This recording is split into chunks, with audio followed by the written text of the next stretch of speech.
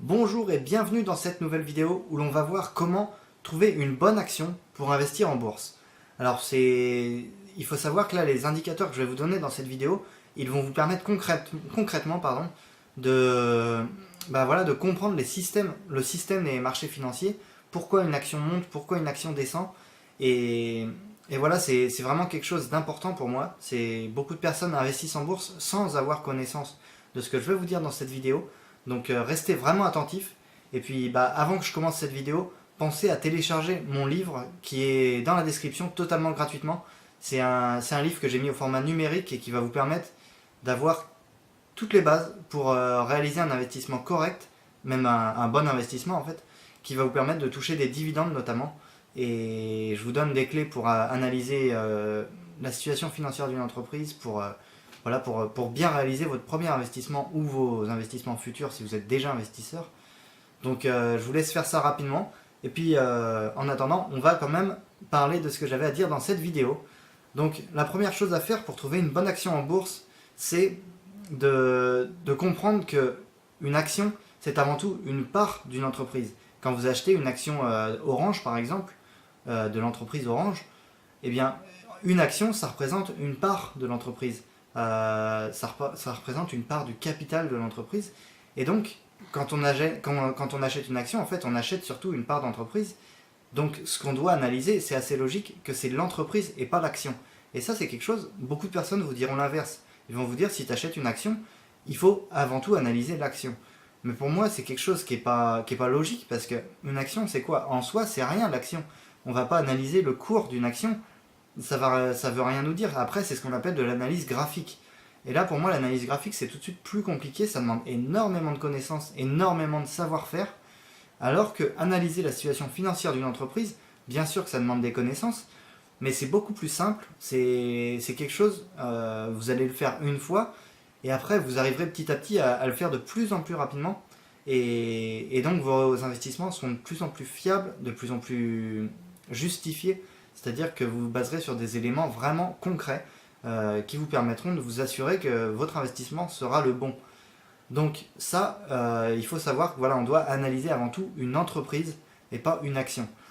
Si vous voulez acheter demain les parts d'une entreprise, donc une action, regardez au niveau de l'entreprise si elle n'est pas trop endettée, si elle a des réserves suffisantes pour faire face à des incertitudes, si elle a, si elle a beaucoup de créances clients, c'est-à-dire est-ce que beaucoup de clients lui doivent de l'argent, est-ce qu'elle a beaucoup de dettes fournisseurs, est-ce qu'elle doit beaucoup d'argent.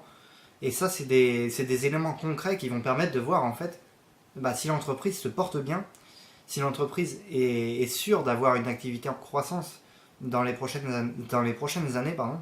Et donc, ça, c'est quelque chose de très important.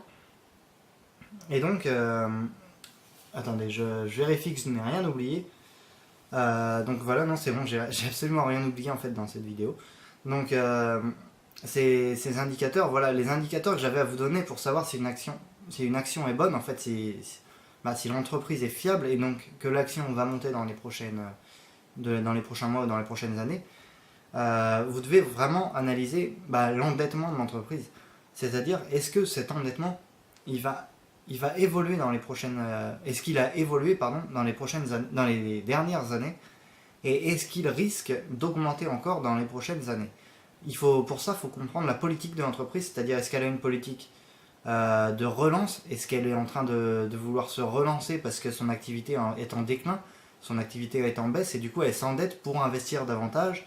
Et après ça, faut vraiment en fait chercher à comprendre ce que veut faire l'entreprise. Est-ce qu'elle s'endette pour faire face à des difficultés économiques, et dans ce cas-là c'est pas un bon signe. Ça veut dire qu'elle est en train de s'endetter pour essayer de ne pas couler, et ça c'est pas quelque chose de rassurant. Après, ça ne veut pas dire que l'entreprise va couler, mais ça veut dire que l'action, tout simplement, elle risque de perdre de l'argent, parce que si son activité est en baisse, elle va faire peut-être moins de bénéfices, et si elle fait moins de bénéfices, tout de suite l'action va perdre de la valeur. Donc ça, c'est vraiment quelque chose d'important, l'endettement. Après, il faut aussi comprendre qu'il y a, donc, comme j'en ai parlé un petit peu, les réserves. Et ça, les réserves, c'est pareil, c'est quelque chose qui va permettre à l'entreprise de s'assurer face à des risques ponctuels, mais également des risques liés aux incertitudes économiques. Donc par exemple, une entreprise va mettre 1 million d'euros. Donc imaginons elle réalise un bénéfice de 2 millions d'euros. Elle peut en distribuer 1 million d'euros sous forme de dividendes et elle peut en mettre 1 million de côté pour s'assurer d'avoir une sorte de matelas de sécurité en cas de problème. Et ça, c'est extrêmement important parce que ça va permettre à l'entreprise d'être sûr que même s'il y a une crise économique, s'il y a, je sais pas moi, un de ses plus principaux clients qui s'en va, elle va avoir le temps de se retourner parce qu'elle aura de l'argent de côté. C'est comme à l'échelle d'un individu, comme moi par exemple, si j'ai 10 000 euros de côté, eh bien, j'ai de quoi faire face à des... Imaginons, je perds mon travail, bon, moi je suis étudiant, donc il n'y a pas ce problème-là, mais imaginons, je perds mon travail. Avec 10 000 euros de côté, je suis assuré de vivre un peu pendant quelques mois. Imaginons, j'ai que 200 euros de côté, c'est tout de suite plus dangereux. Eh bien, pour une entreprise, c'est exactement pareil. Si elle a 1 million d'euros de côté, oui, voilà, parce qu'une entreprise, il faut savoir que c'est un peu démesuré. Une entreprise, un individu, 10 000 euros de côté, c'est bien. À l'échelle d'une entreprise, 10 000 euros, c'est rien, ça va lui permettre de vivre 3 jours. Donc, non, ce qu'on veut, c'est à une entreprise qui a beaucoup de réserves et qui va pouvoir faire face aux incertitudes. Donc ça, c'était les deux éléments extrêmement importants.